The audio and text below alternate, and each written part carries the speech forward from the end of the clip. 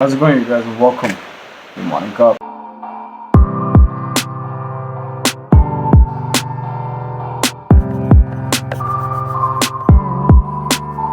Now, we start today off with the COVAX program, and the COVAX program is essentially the spearhead campaign led by the WHO as well as in affiliation with the United Nations and UNICEF to eradicate COVID 19 as a whole.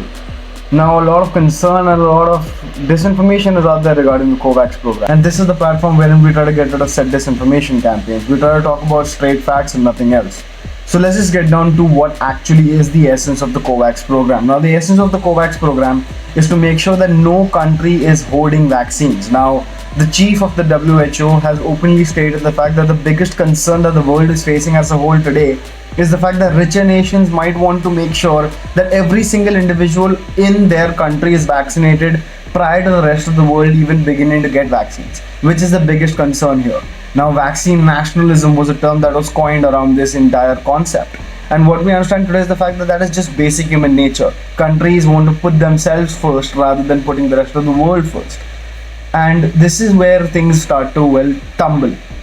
What we also understand is the fact that if the entire world as a whole, as a collective, is not vaccinated together, we are obviously going to look at more cases rising because people are not going to be bound to one single nation. Now, as we see lockdowns being lifted and travel restrictions being lifted, people are starting to move from one nation to the other, thereby bringing about more variants of the coronavirus to different nations. Just like Japan has now 4 of the 5 variants of the coronavirus.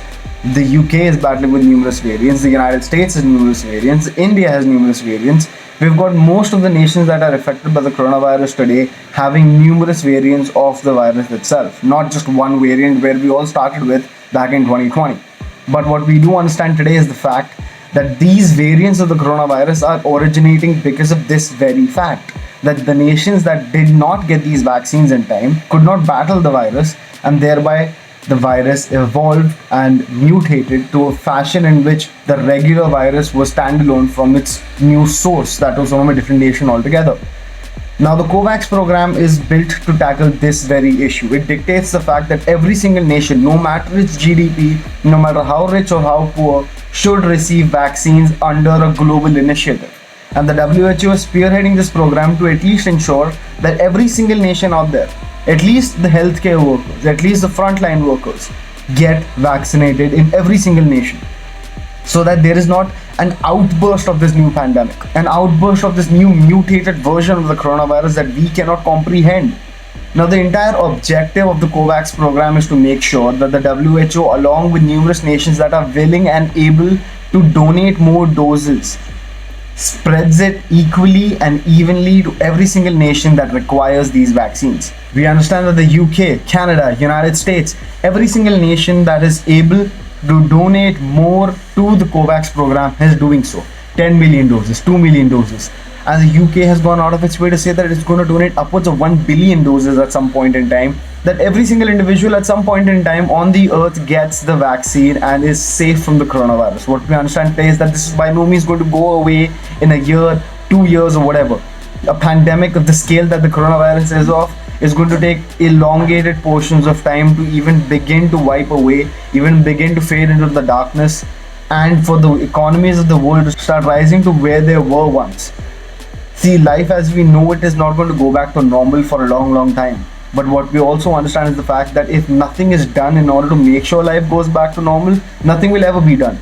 And if we don't go out of our way and initiatives aren't taken on a global scale, we are always going to be looking at hotspots, at population centers that are still affected by coronavirus to the levels at which every single individual might be affected by the coronavirus.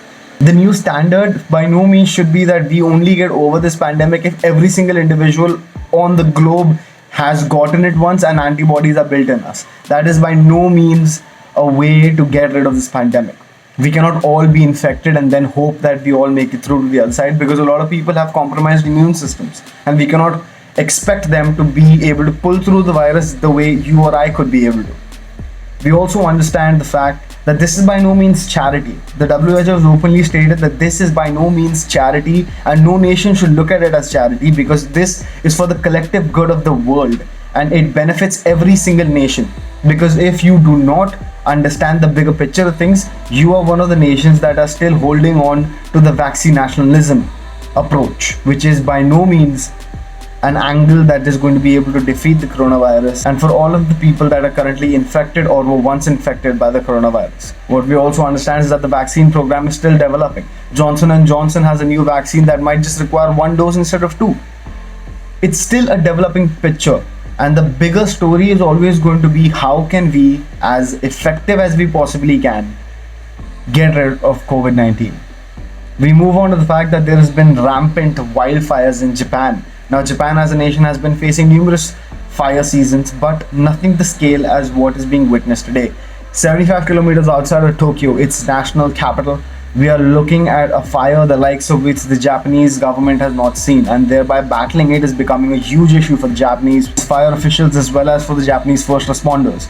This fire has already claimed more than 100 acres of land, and in a nation like Japan where there isn't that much land available to them, you should also understand the fact that it's not like Australia, which deals with thousands of acres of wildfires just burning through, bushfires left, right and center. Japan is a nation that needs every and all resources that is available to it. It's an island nation, and people are living on hillsides in that island nation. People in isolated villages that make their living by going out to the fields, by gathering resources from the forests, and all of their natural resources are up in flames right now.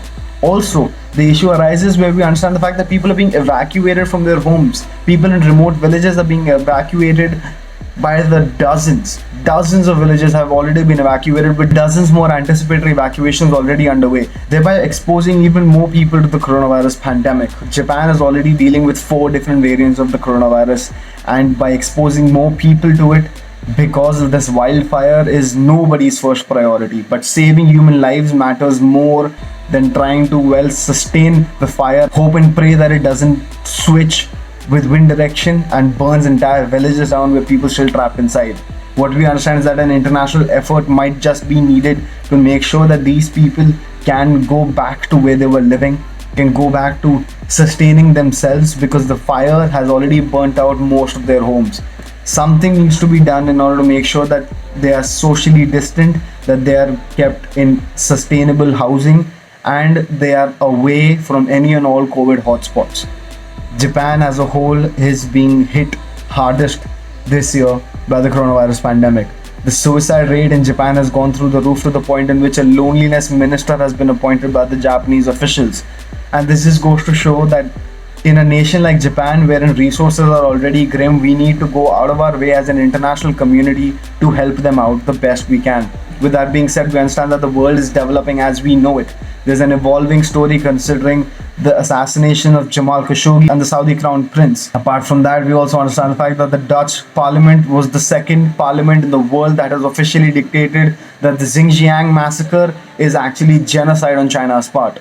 We also understand that Pakistan is on the grey list when it comes to terrorist activity. We also understand the fact that South America has gone out of its way to secure a Hindustan biotech deal with India regarding vaccines. And also Mexico's fatality rate with COVID-19 has gone through the roof. There is a lot that's developing on a global scale, but make sure you stay tuned to this space for all of your daily updates regarding the news and regarding what the world has to offer.